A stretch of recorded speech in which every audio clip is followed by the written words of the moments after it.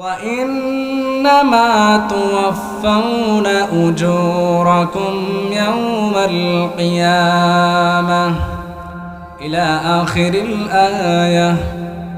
وقال رسول الله صلى الله عليه وسلم: تحفة المؤمن الموت.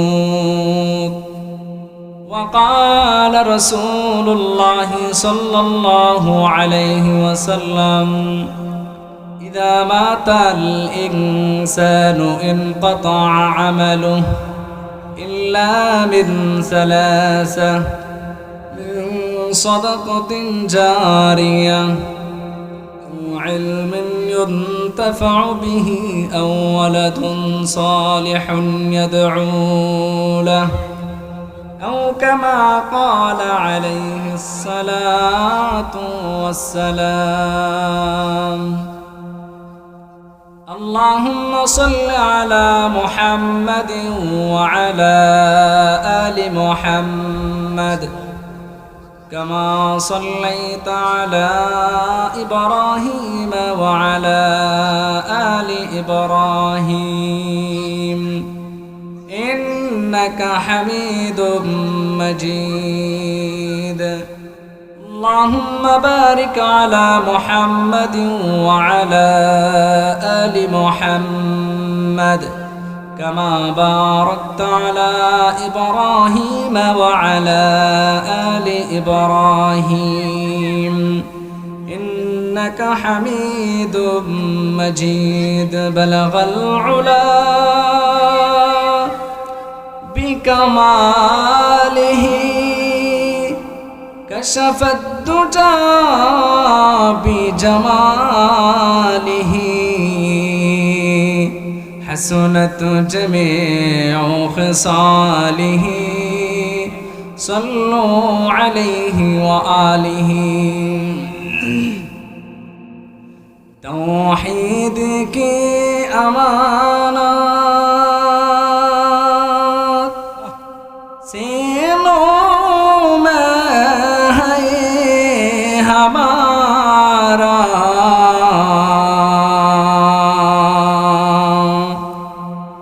آسان ہی مٹانا نام و نشان ہمارا. محمد نے آ کر کفر کو مٹایا، کفر کو مٹا کر صداقت بتایا. بلغ العلا بکمالہ، کشف الدجى بجماله، حسنت جميع خصاله. صلوا عليه وآله. সবাই একটু জিকির করি লা ইলাহা ইল্লাল্লাহ, লা ইলাহা ইল্লাল্লাহ।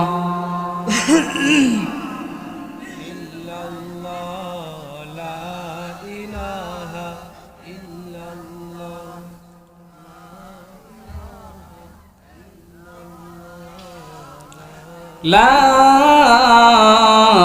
إله إلا الله محمد رسول الله صلى الله عليه وسلم. উত্তর কাছিকাটা হাফিজিয়া মাদ্রাসা এতিমখানার উদ্যোগে মৃত এলাকাবাসী ও প্রবাসীদের জন্য দোয়া কামনায় দ্বিতীয় বার্ষিকী ওয়াজ ও দোয়ার মাহফিল। উক্ত সম্মেলনের সম্মানিত সভাপতি, প্রধান অতিথি, বিশেষ অতিথি আরো উপস্থিত আছেন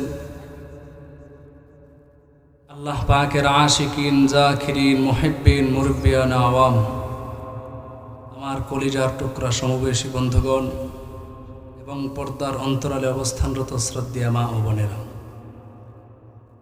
সর্বোপরি আল্লাহ পাকের দরবারে শুকরিয়া জ্ঞাপন করি যে মহান রব্বুল আলামিন আমাদেরকে এই ফিতনা ফাসাদের জামানায় বিভিন্ন ফিতনা ফাসাদ থেকে ফারেক করে, যাই জামেলার দিকে মুহতাজ না করে আল্লাহ রাব্বুল আলামিন পয়গম্বরের হাদিসের ভাষ্যমতে এই বেহেশতি বাগানে বসার এবং কোরআন এবং হাদিস থেকে কিছু কথা শোনার মতো তৌফিক যেই মনিব দান করলেন, সেই মনিবের দরবারে লক্ষ কোটি শুকর ও কৃতজ্ঞতা প্রকাশ করি আলহামদুলিল্লাহ।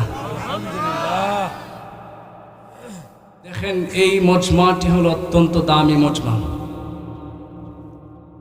আল্লাহ রাসূল বলেন, মাজতামা কওমুন মিন বাইতিন ফি বুয়ুতিল্লাহ ইয়াতলুনা কিতাবাল্লাহ ওয়া ইয়াতাদারাসুনাহু বাইনাহুম।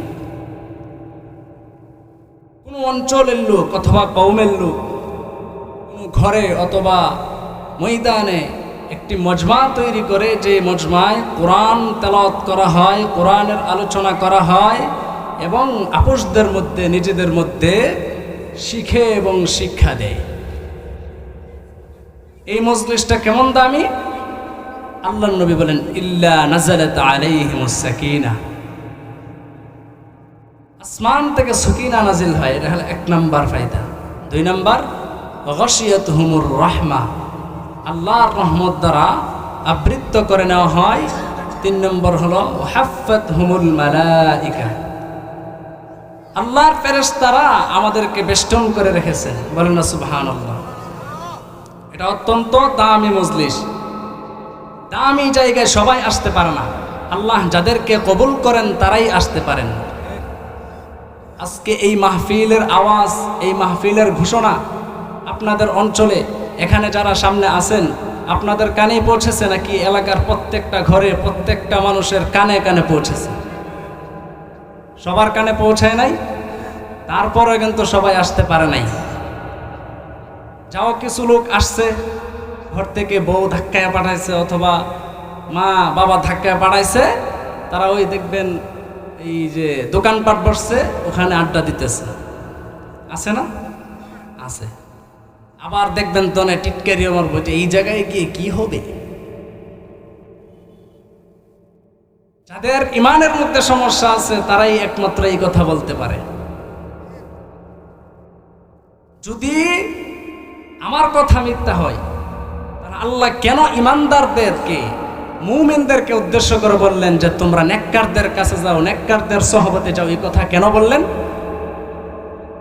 আল্লাহ আয়াতের মধ্যে বলেন, ইয়া আইয়ুহাল্লাযীনা আমানুত্তাকুল্লাহ ওয়া কুনু মা'আস সাদিকিন।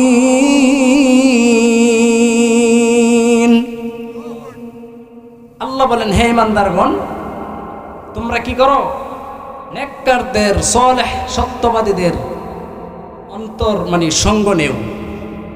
এলাকার মধ্যে দেখবেন গাঁজাখোর, নেশাখোর, ইয়াবাখোর যেই দল থাকে, পার্টি থাকে, ওই দলের মধ্যে যখন কোনো ভালো একটা ছেলে তাদের সঙ্গ নেই, অল্প কিছুদিনের মধ্যে তার অবস্থা ওই দলের মতোই পরিণত হয়ে যায়।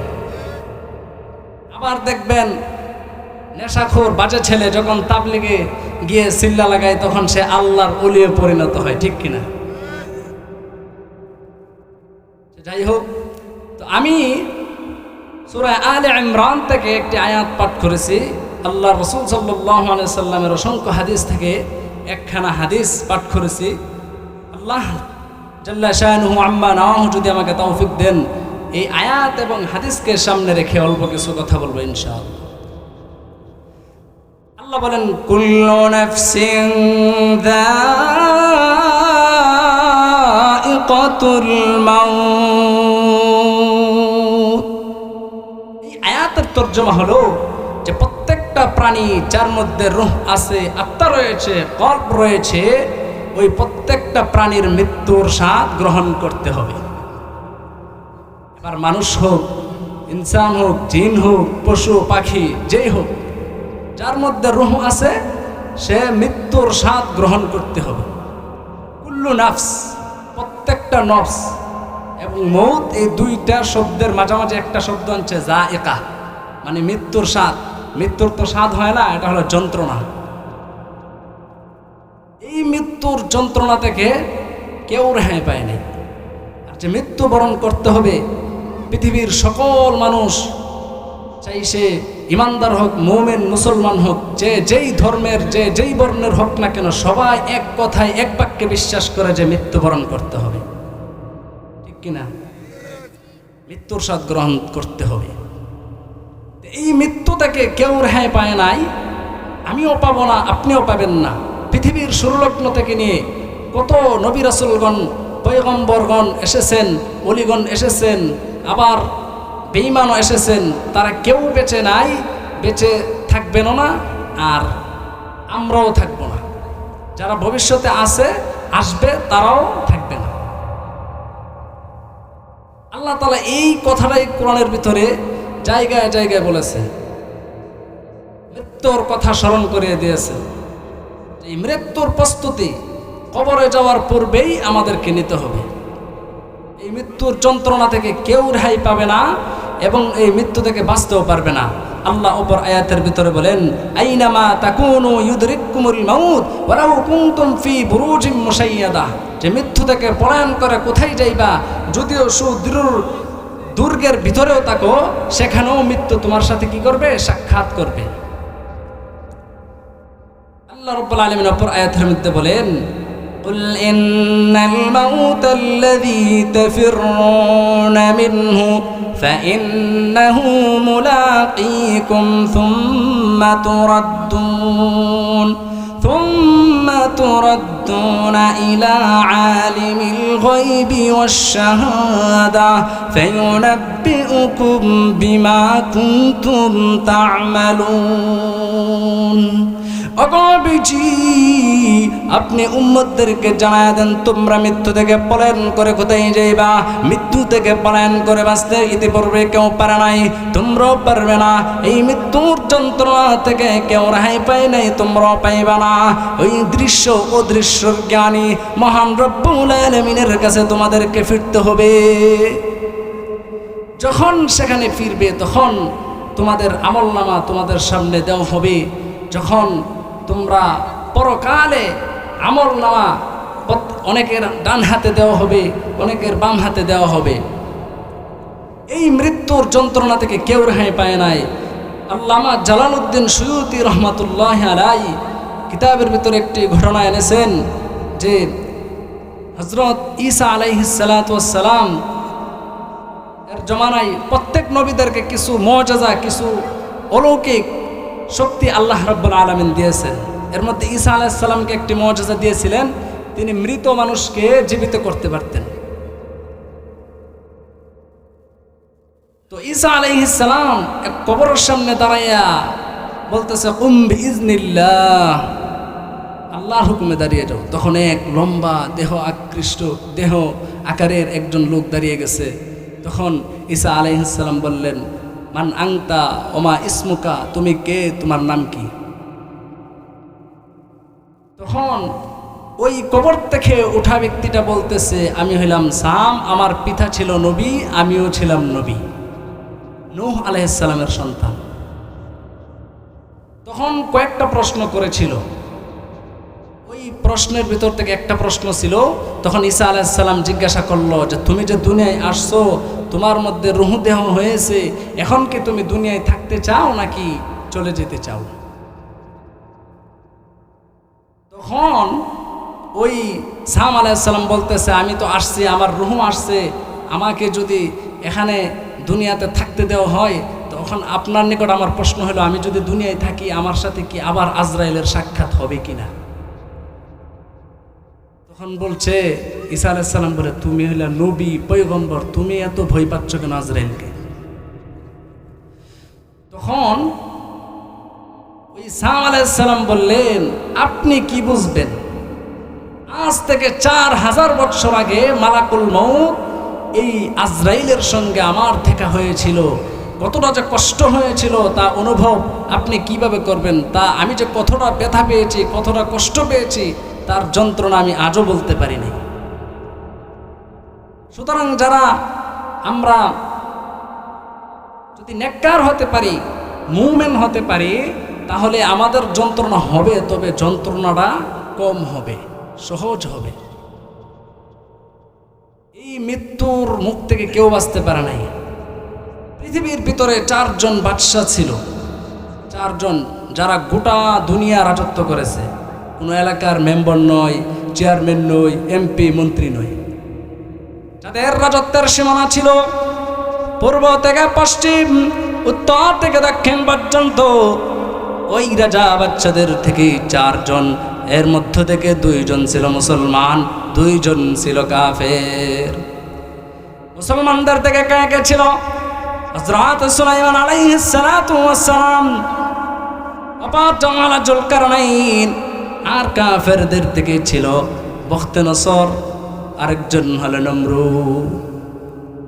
আল্লাহ পাক সুলাইমান আলাইহিস সালামকে এত মর্যাদা, এত শক্তি দিয়েছিলেন, ওনার কথা গোটা দুনিয়ার যা কিছু আছে, যত পশু পাখি, এমনকি গর্তের পিপিলিকা পর্যন্ত ওনার ভাষা বুঝতেন। আল্লাহ ওনাকে এত ক্ষমতা দিয়েছেন, উনি বাতাসের সাহায্যে দুনিয়ার এক প্রান্ত থেকে অন্য প্রান্ত যেত।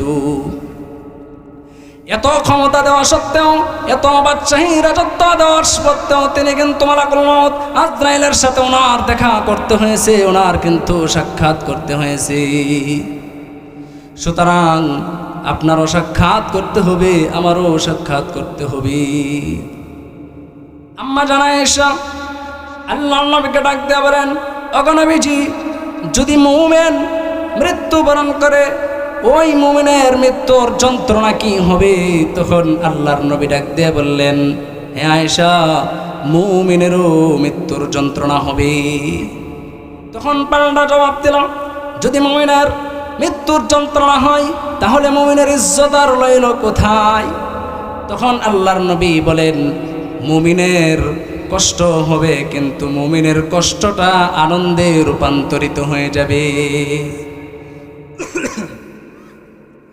মুমিন মৃত্যুবরণ করার সময় কষ্ট হবে, কিন্তু কষ্টটা কষ্ট মনে হবে না। এর একটু উদাহরণ আমি দিচ্ছি। আল্লাহ তাআলা কোরআনের ভিতরে বলেন, ওয়ান্নাজিআতি গারকাও ওয়ান্নাশিতাতি নাশতা, ওয়ান্নাশিতাতি নাশতা। আল্লাহ পাক কোরআনের ভিতরে বলেন ওয়ান্নাজিআতি গারকা। এটা হলো, দেখেন না শালুক, শালুক চেনেন না? যে শালুক মাটির নিচে হয়, এটার উদাহরণ কিভাবে দিয়েছেন? যে ওয়ান্নাজিআতি গারকা অর্থ হলো ডুব দিয়ে, মানে সজোরে টাননেওয়ালা ফেরেশতাগণ। শালুক দেখবেন হয়, শালুকের পাতাটা থাকে উপরে, আর শালুকটা থাকে শুধু পানির নিচে না, একবার মাটির নিচে থাকে। তখন পাতাটা টার্গেট করে, ওইরা হাত দিয়ে একবারে মাটির নিচে আঙ্গুলগুলা ঢুকাইয়া তখন শালুকটাকে টান দিয়ে একবারে শালুকটাকে ছিঁড়ে নিয়ে আসে। আল্লাহ রাব্বুল আলামিন ওয়ান্নাজিআতি গারকা, এখানে যারা বদকার হবে তাদের রুহটা এমন ভাবে নিবে, মালাকুল মউত এসে তাদের রুহটার মধ্যে এমন ভাবে চাপ দিয়ে ধরবে, দইরা এমন জোরে টান দেবে, রগগুলা ছিঁড়ে ফেলবে, হাত আর লড়বে না, সমস্ত জোড়া বন্ধ হয়ে যাবে, হাড্ডিগুলা চুরমার হয়ে যাবে, সমস্ত জয়েন্টগুলা বন্ধ হয়ে যাবে, চোখ আর লড়বে না, পাতি আর লড়বে না। এমন ভাবে কষ্ট দিয়ে রুহটা ভিতর থেকে টান দিয়ে নিয়ে যাবে। আল্লাহ রাব্বুল আলামিন অপর আয়াতের মধ্যে বলে, ওয়ালাউ তারা ইযিয যালিমুনা ফি গামারাতিল মাউতি ওয়াল মালাইকা বাসিতু আইদিহিম আখরিজু আনফুসাকুম।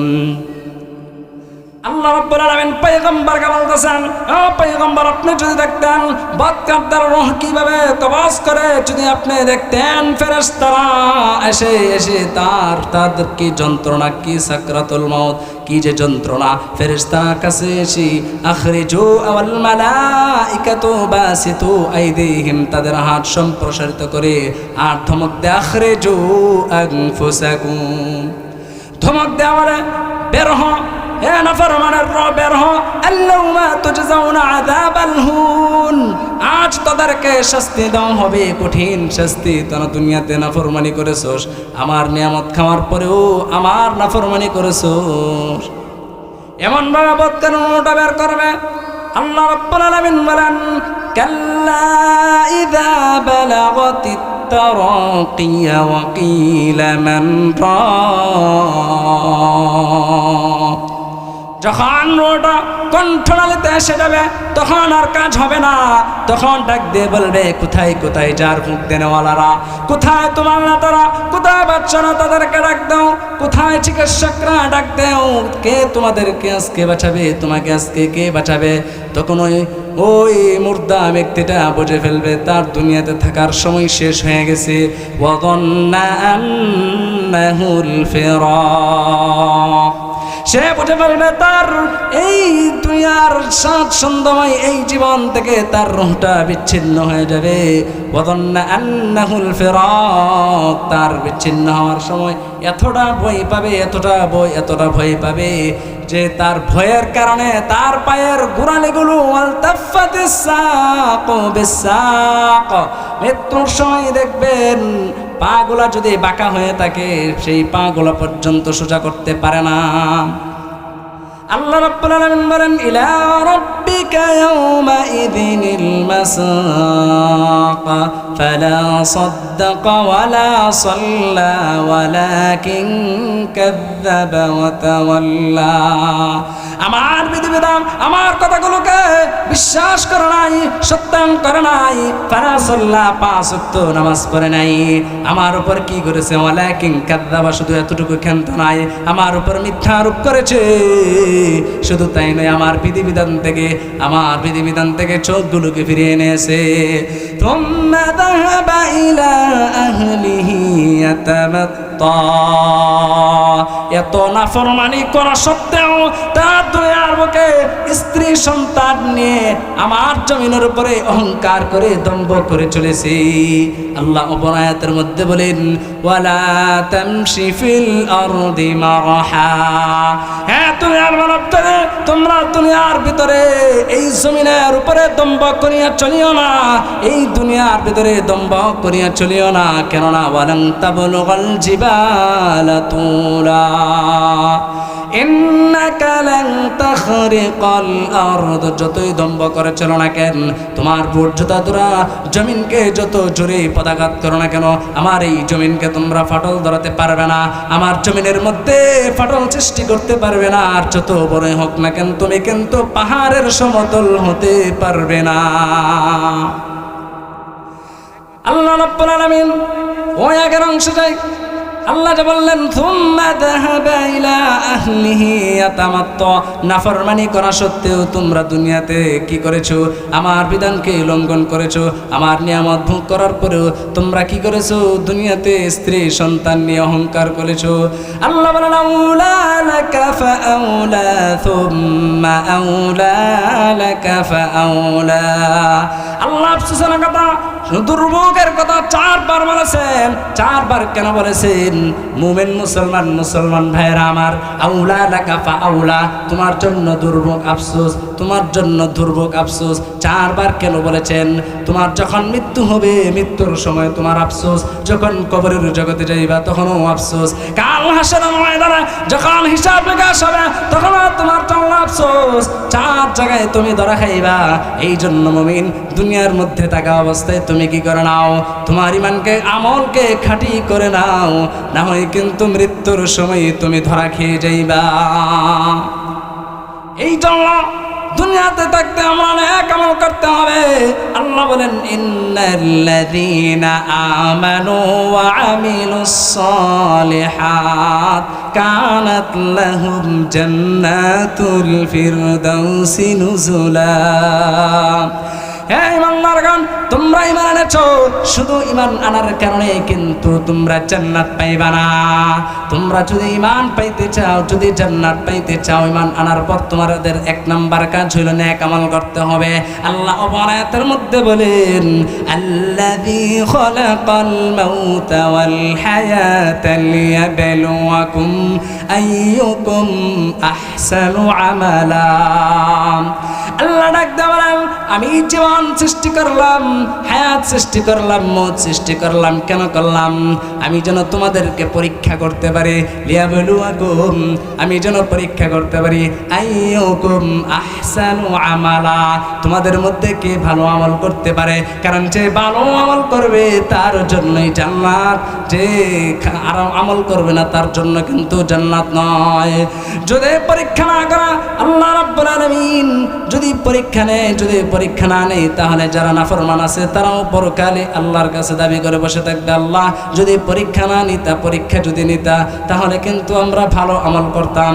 দুনিয়ার দিকে তাকায় দেখেন, কোন টিচার যদি কোনো ছাত্রদেরকে পরীক্ষা না নেয়, স্কুল হোক, মাদ্রাসা হোক, কলেজ হোক, দেখবেন বেশিরভাগ ছাত্র কিন্তু দুর্বল থাকে, ভালো ছাত্রের সংখ্যা কম থাকে।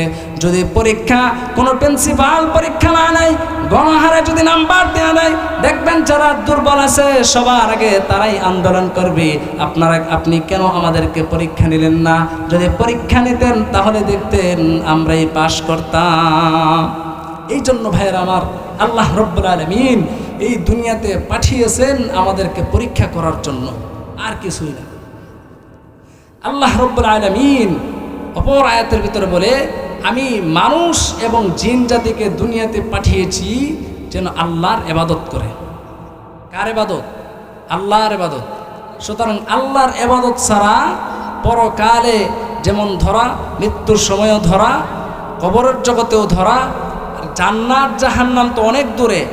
আপনার প্রথমে মৃত্যুবরণ করতে হবে, তারপরে কবরের জগৎ আছে, মুনকার নাকির ফেরেশতা করবে, তারপরে হাসরের ময়দান কায়েম হবে, কিয়ামতের ময়দান, তারপরে ফুলসিরাত, মিজান, এতগুলো রাস্তা, এক একটা হাজার হাজার বছরের ঘাটি। এই রাস্তাগুলো কিভাবে পার হবেন? বিচার, হিসাব নিকাশ, এগুলোর পরে সেনা জান্নাত দেওয়া হবে। এর আগে কি জান্নাত দিবে? দিবে না। এই জন্য আমি যে আপনাদের সামনে তেলাওয়াত করেছি, আল্লাহ বলেন প্রত্যেকটা প্রাণীর মৃত্যুর স্বাদ গ্রহণ করতে হবে, প্রত্যেকটা প্রাণী মৃত্যুবরণ করতে হবে। কিয়ামতের দিন প্রত্যেকের আমলনামা বুঝিয়ে দেওয়া হবে। একদলকে জাহান্নাম থেকে ফিরিয়ে বা উদখিলাল জান্নাহ, জান্নাতের ভিতরে প্রবেশ করা হবে। আর যেই দলটাকে জান্নাতের ভিতরে প্রবেশ করা হবে সে হলো ফাকাদ ফাজ, সেই ব্যক্তি কি সফল কাম। ওয়ামাল হায়াতুদ দুনিয়া ইল্লা মাতাউল গুরুর, এই দুনিয়াটা হলো ধোঁকা। ধোঁকা। যাদের সন্তানাদি আছে, তারপরে মালওয়ালা, ধন সম্পদওয়ালা লোক আছে না অনেক, যাদের মাল বেশি তাদের পরীক্ষাও কঠিন তত বেশি। আল্লাহ পাক বলেন, ইন্নামা আমওয়ালুকুম ওয়া আওলাদুকুম ফিতনা, তোমাদের মাল, ধন সম্পদ এগুলা এবং এই পয়সা, টাকা পয়সা এবং সন্তানাদি এগুলো হলো পরীক্ষা। এই জন্য আমাদের সন্তানাদি যারা আছে এগুলো পরীক্ষা, ধন সম্পদ যেগুলো আছে এগুলো আমাদের জন্য পরীক্ষা। এই দুনিয়ার জীবনটাই হলো ধোঁকা। আজকে আমরা দুনিয়ার পিছনে ঘুরতে ঘুরতে পরকালকে হারায় ফেলছি, ইসলামকে ভুলে গেছি, নিজের ইমানকে ভুলে গিয়েছি। আল্লাহ নবী, বিশ্ব নবী রাহমাতুল লিল আলামিন এই দিনকে জিন্দা করার জন্য, ইসলামকে জিন্দা করার জন্য দীর্ঘ 30 বছর কষ্ট করেছেন। কখনো পাগল বলেছে, কখনো সাহের বলেছে, কখনো মাজনুন বলেছে, কাফের বেঈমান না আল্লাহর নবীকে গালি দিয়েছে পাগল বলে, আবার কখনো গালি দিয়েছে জাদুঘর বলে, আবার কখনো গর্তের ভিতরে আটকে রেখেছে, আবার কখনো পাহাড়ের চূড়ায় আটকে ছিলেন। আবার আল্লাহ নবী এই দিনকে জিন্দা করতে গিয়ে নিজের দান মুবারক শহীদ করেছেন। আজকে আমরা সেই নবীর উম্মত হইয়া নবীকে ভুলে গেছি, নবীর আচার আচরণ ভুলে গেছি, নবীর আদর্শ রেখে যাওয়া সেই আদর্শ আমরা ভুলে গিয়েছি। দুনিয়ার প্রতি লোভ লালসায় পড়ে, দুনিয়ার নাজ নিয়ামত পাইয়া আমরা সব কিছু ভুলে গিয়েছি। ওগো নবীর উম্মতেরা হয়ে আজি দিশে হারা,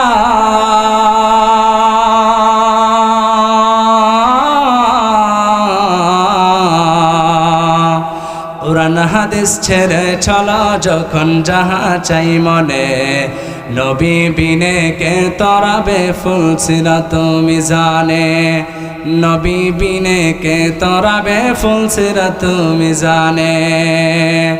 চলো চলো চলো মুমিন চলো নবীর সন্ধানে, নবী বিনে কে তরাবে ফুলসিরাত মিজানে। নবী আমার জীবন ভরে দিনের লাগি কষ্ট করে,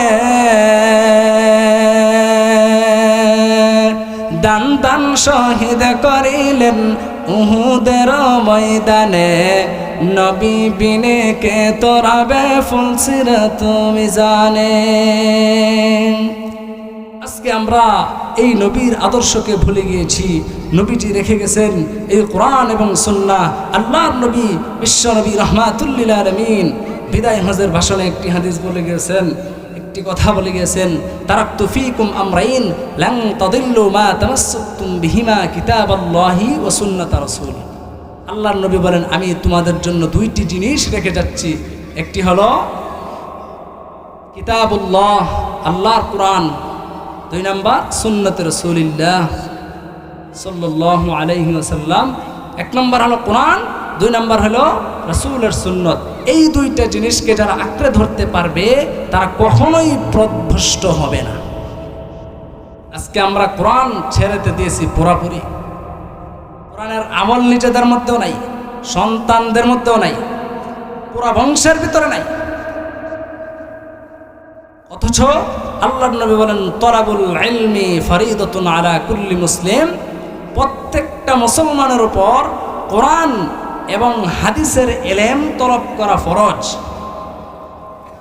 আমাদের ছেলে সন্তান হইলে প্রথমে চিন্তা করি মাদ্রাসায় দিয়ে কি হবে, লাভ নাই, দুনিয়া তো লাভ নাই, পরকাল তো বিশ্বাসই নাই।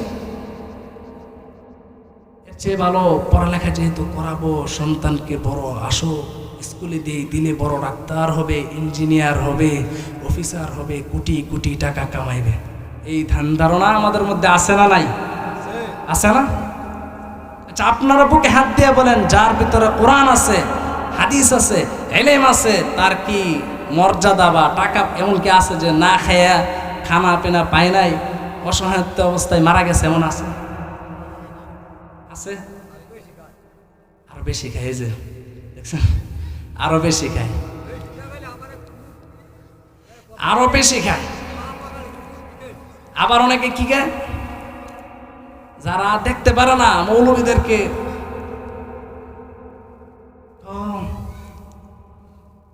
দেখ দেখ চায় দেখ। যারা টুপিওয়ালা পাঞ্জাবিওয়ালা এমন বিপদের ভিতরে আছে, রাস্তা দিয়ে যদি স্পিডে হেঁটে যায় বলে কি মনে চারটা দাওয়াত আছে দেখ। আবার যদি আস্তে আস্তে হাঁটে দেখ 6টা দাওয়াত খাইছে, লড়তে পারে না।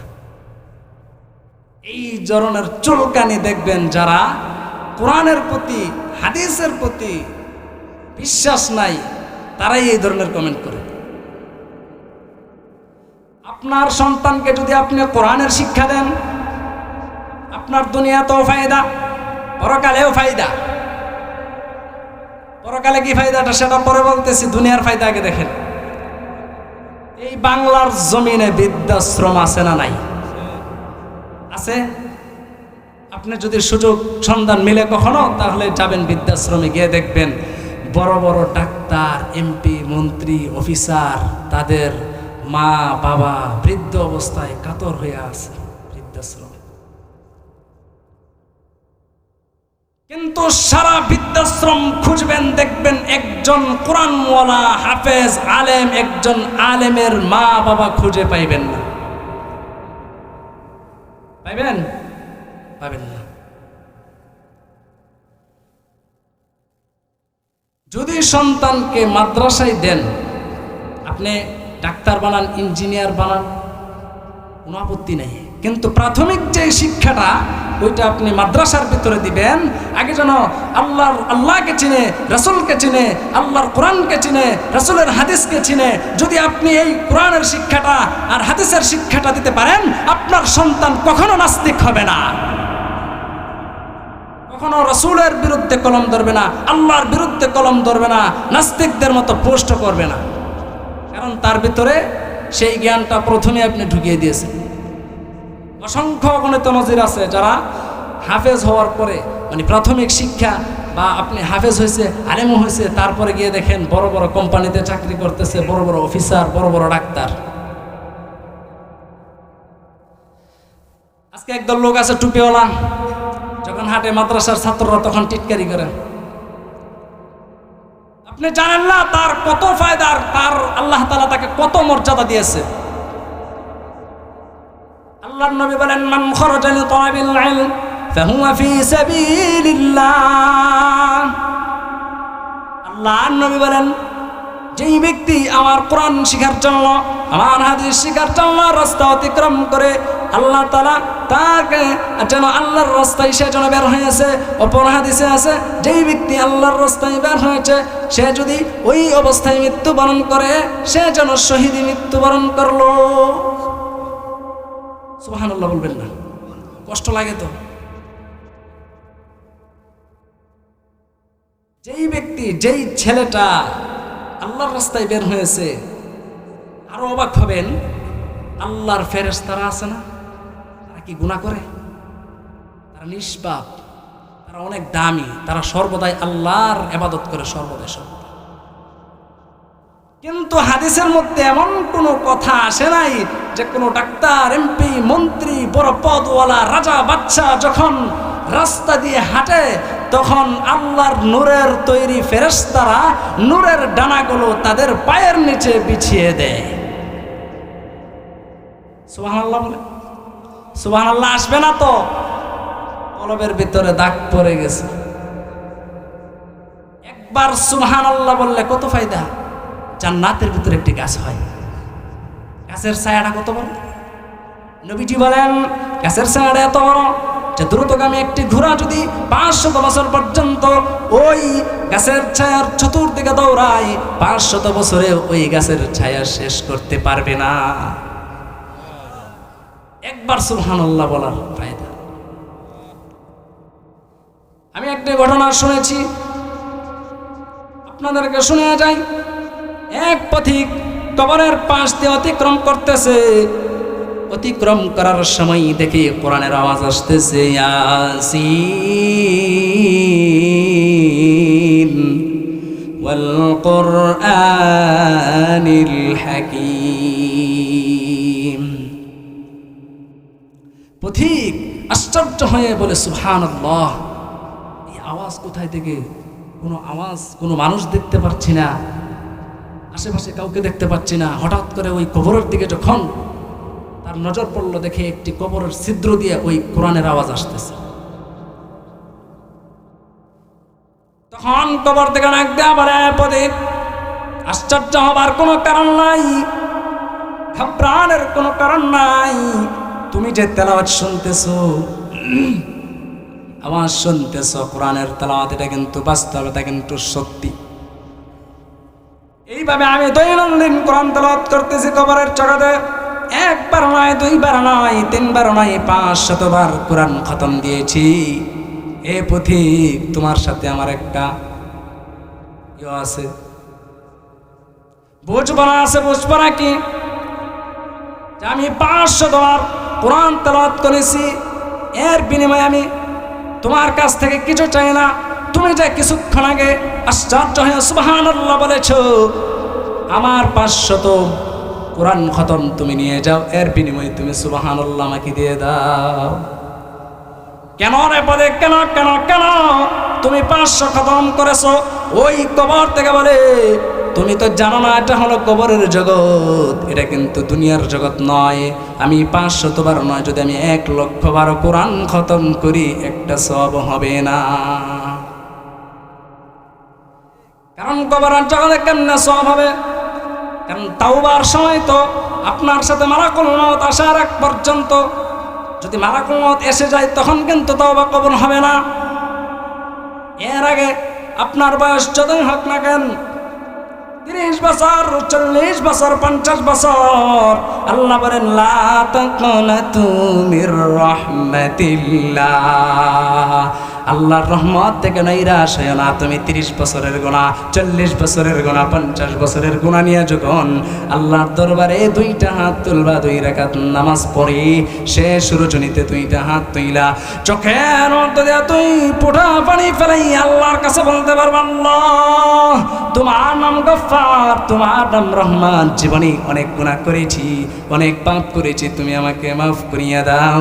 আল্লাহর সঙ্গে সঙ্গে তামাম জিন্দেগির গুনাহগুলো মাফ করে দিবে। ঘাবড়ানোর কোনো কারণ নাই। আপনার 70 বছর হয়েছে, 80 বছর হয়েছে, কোনো টেনশনের কোনো কারণ নাই। সুতরাং আমি যে কথাটা বলতেছিলাম, কোরআন পারেন না, কোরআন শেখার সময় শেষ হয় নাই। এখন যদি মুরব্বী চাচাদেরকে বলি, আপনারা অনেকে আছে, যদি জিজ্ঞাসা করা হয়, চাচা সবসময় তো বসে থাকেন, আড্ডা দেন, একটু কোরআনটা পড়তে পারেন না, শিখতে পারেন না, সময় কি শেষ? সময় শেষ এটা বলতে হয় না, ওই চাচা নিজে থেকেই বলবো যে বাজান সময় শেষ, এখন আর হবে না।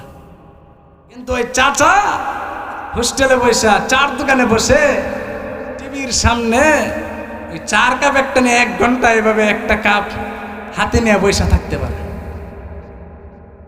চাচার এত জোর, যখন চাপা মারে দোকানে পয়সা, ইউরোপ আমেরিকা তার কাছে ফেল। রাগ করবেন না, আপনার কথাটা বোঝানোর জন্য বলতেছি, যারা মানে হিমশিম খাইতেছেন যে কোরআন পারবো না, পড়বো না, সময় শেষ, এরকম না। আপনি তাকায় দেখেন, আবু বকর সিদ্দিক রাদিয়াল্লাহু আনহু প্রথম খলিফা, ইসলামের প্রথম আমির, উনি মুসলমান হয়েছে কত বছর বয়সে বলেন? 38 বছর বয়সে। এখন আপনাদের কাছে আমার প্রশ্ন, উনি কোরআন শিখেন নাই, রাসূলের কাছ থেকে কথা শুনেন নাই, হাদিস শিখেন নাই, কখন শুনছে আর কখন পড়ছে? 10 বছর বয়সে নাকি 38 পার হওয়ার পরে? বলেন আপনি, আমি কেন পারবো না? আল্লাহর নবীর চাচা আব্বাস রাদিয়াল্লাহু তাআলা আনহু, উনি প্রায় 60 বছর বয়সে ঈমান আনছে। উনি তো কোরআন শিখছে, হাদিস শিখছে, কথা রাসূলের কাছ থেকে কথা শুনেছে। যে উনি যদি 60 বছরের পরে গিয়া কোরআন সহিশুদ্ধভাবে পড়তে পারে, শিখতে পারে, রাসূলের হাদিস বলতে পারে, কোরআন বলতে পারে, তাহলে আমি কেন পারবো না, আপনি কেন পারবেন না? সাহস আনতে হবে অন্তরে, সাহস। এই জন্য আল্লাহ আমাদেরকে সহি বুঝদান করুন, কোরআনের প্রতি, আলেম ওলামার প্রতি শ্রদ্ধা আনুন। যেটা বলতে চেয়েছিলাম যে প্রত্যেকটা মুমিন মুসলমানের উপর কোরআনের শিক্ষা করা ফরজ। আল্লাহ নবী বলেন, কুনু আলিমান আও মুতাআল্লিমান আও মুহিব্বান আও মুঈনান ওয়ালা তাকুনু খামিসান ফাতুহলি। এই কথা কিন্তু আমার নয়, রাসূলের কথা। তিনি কি বলেছেন? তুমি আলেম হও, আলেম যদি না হইতে পারো, আলেমের ছাত্র হও। তাও যদি না হইতে পারো, তাহলে আলেমকে সাহায্য করো। যদি তাও না পারো, তাহলে আলেমের কথাকে সমর্থন করো। 4টা কথা বলার পর আল্লাহ নবী বলেন, ওয়ালা তাকুনু খামিসান ফাতুহলিক। 5ম নম্বরে পারা দিও না।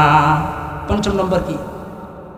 আলেমকে মহব্বত করতে পারেন নাই, আলেমের ছাত্র হতে পারেন নাই, আলেমকে সহযোগিতা করতে পারেন নাই, কিন্তু আলেমের বিরোধিতা করেছেন। যদি বিরোধিতা করেন ফাতুহলিক, তাহলে ধ্বংস হয়ে যাবে। কারণ নবীগণ দুনিয়াতে এসেছেন, আল্লাহর নবীগণ 1,24,000 মতান্তরে 2,24,000 পয়গম্বর দুনিয়াতে এসেছেন। তারা কিন্তু দুনিয়াতে নাই। নবীগণ দুনিয়াতে এলেমের মানে সম্পদের কোনো ওয়ারিস বানায় না, নবীগণ এলেমের ওয়ারিস বানায়। আর সেই ওয়ারিসগণ, সেই খলিফাগণ কারা?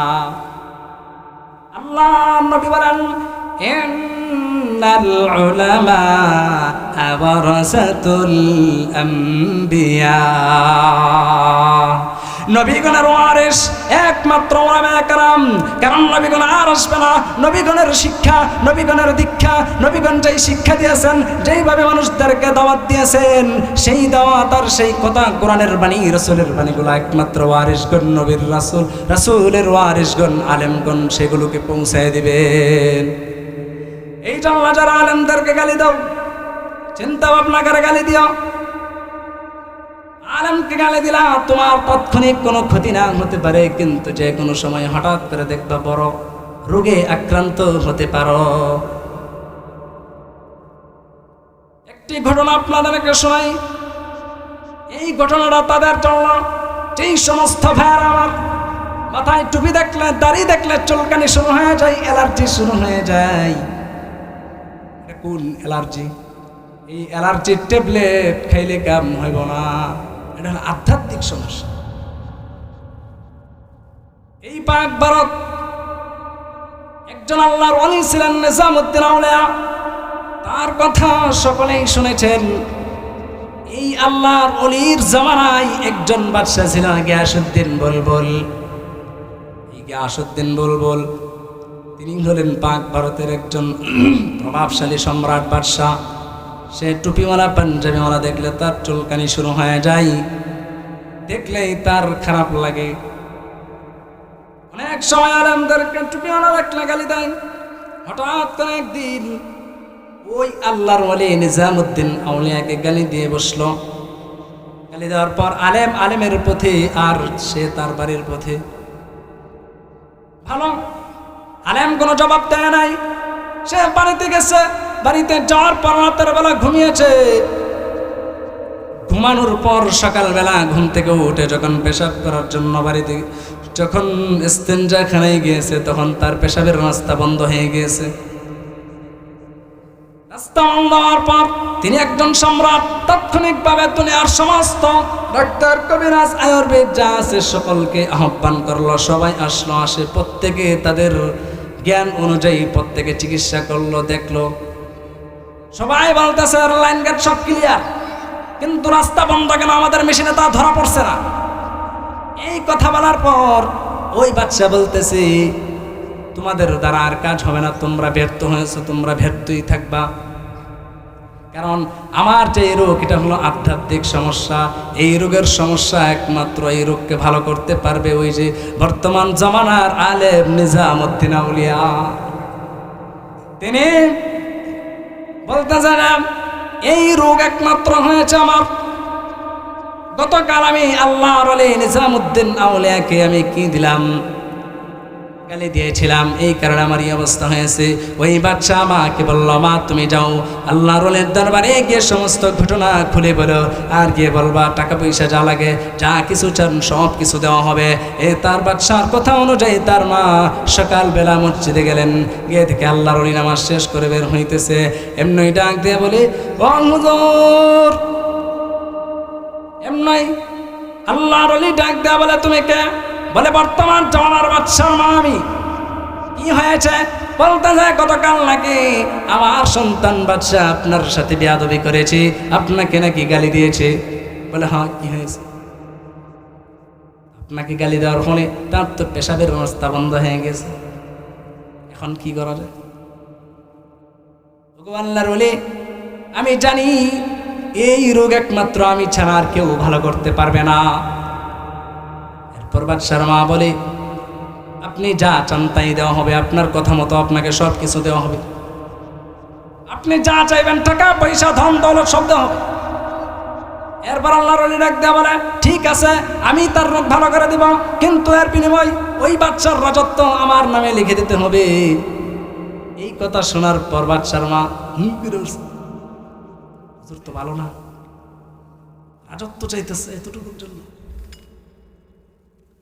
এই ঘটনা বাদশার মা রাগান্বিত হয়ে বাড়িতে গিয়ে বলে, বাবা তোর পেশাবের রাস্তা ভালো করার দরকার নাই, ভালো করার দরকার নাই, এই হুজুর ভালো না, তোর কাছ থেকে রাজত্ব চাইতেছে, এতটুকু কাজ করবো এর জন্য রাজত্ব চাইতেছে, কত লোভী হুজুর। বাদশা ডাক দেয়া বলে, মা তুমি জানো না আমার যে কি যন্ত্রণা আর কি ব্যথা অনুভব হইতেছে, আমার জায়গায় তুমি থাকলে বুঝতো মা, তুমি যাও, আমার এই রাজত্ব দরকার নাই। আমি যদি দুনিয়ায় না থাকি তাহলে এই রাজত্ব দিয়ে কি হবে, এই বাদশাহী দিয়ে কি হবে? যদি রাজত্ব দরকার হয়, সাথে আরো কিছু দরকার হয়, সব দিয়ে দিব। তুমি যাও, তারপরে আমার জীবনকে বাঁচাও। এবার বাচ্চা নেওয়া গেল, গিয়া বলে হুজুর সব কিছু রাজি, আপনার রাজত্ব লিখে দিতে রাজি। তারপর বাদশা কি করলো, তার নামে রাজত্ব লিখে দিল। দেওয়ার পর বাদশা বলতেছে এবার তাড়াতাড়ি ভালো করেন। বাদশা ডাক, আরে আল্লাহর ওলি বলেন এত খাওয়া যাবা করো না, থামো। তুমি এটা স্বাভাবিক অবস্থায় সুস্থ অবস্থায় একবার পেশাব করার বিনিময়ে গোটা রাজত্ব আমার নামে লিখে দিয়েছো। আল্লাহ যদি কাল হাসরের ময়দানে তোমাকে ধরি, তুমি 30 বছর 40 বছর 50 বছর এই দুনিয়ার বুকে আল্লাহর নাজ নিয়ামত ভক্ষণ করেছো, সুস্থ স্বাভাবিক অবস্থায় কত বছর তুমি পেশাব করেছো, এই পেশাবের বিনিময়ে তুমি আমার জন্য কি নিয়ে এসেছো? এই কথা শোনার পর বাদশা কান্না শুরু করে দিয়েছে।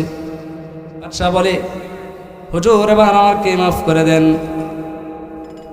আল্লাহর ওলি ডাকতে বলে আমার কাছে মাপ চাওয়ার দরকার নাই, যার কাছে মাপ চাওয়া দরকার তিনি হলেন আল্লাহ। আল্লাহর কাছে তুমি মাপ চাও। এই অবস্থায় ঘটনা শোনার মূল কারণ হলো যারা আলেমদের প্রতি বিদ্বেষ রয়েছে, তালিবুল ইলমদের প্রতি বিদ্বেষ রয়েছে, তাদের জন্য এই ঘটনাটা। আপনি এখন গালি দিয়েছেন, তার মানে এখন পেশাব বন্ধ হবে না, এখন রাস্তা বন্ধ হবে না, এখন ক্যান্সার হবে না, এখন বড় কোনো ধরনের রোগ হবে না। এমনকি আপনি গালি দেওয়ার 5 বছর পর 10 বছর পরও আপনার এই রোগটি হতে পারে। যাদের বড় কোনো রোগ হয়, ইতিহাস তালাশ করে দেখবেন কোনো না কোনো দিন কোনো আল্লাহর ওলির সাথে, কোনো কোরআন ওলার সাথে, কোনো হাদিস ওলার সাথে বেয়াদবি করেছে। না এত বড় রোগ আল্লাহ সহজে দেয় না, কারো দেয় না, কারণ আল্লাহ বান্দাদেরকে অনেক মহব্বত করে। এই জন্য ভাইয়ারা আমার, আমি আর বেশি কথা বলবো না, কারণ আমাদের হযরত এসে গেছেন, ভালো আলেম, উনি অনেক সুন্দর বয়ান করে। ওনার আলোচনা আমি শুনেছি, আপনারা মনোযোগ সহকারে ওনার আলোচনা শুনবেন, আমলের নিয়ত শুনবেন। আমি এত ভালো আলেমও নয়, ভালো বক্তাও নাই। আপনাদের কাছে দোয়া চাই যে এই কথাগুলো বলেছি, আল্লাহ তাআলা আমাকে এবং আপনাদের সবাইকে আমল করার তৌফিক দান করুক। সবাই বলি আমিন। ওয়া আখিরু দাওয়ানা আলহামদুলিল্লাহি রাব্বিল আলামিন।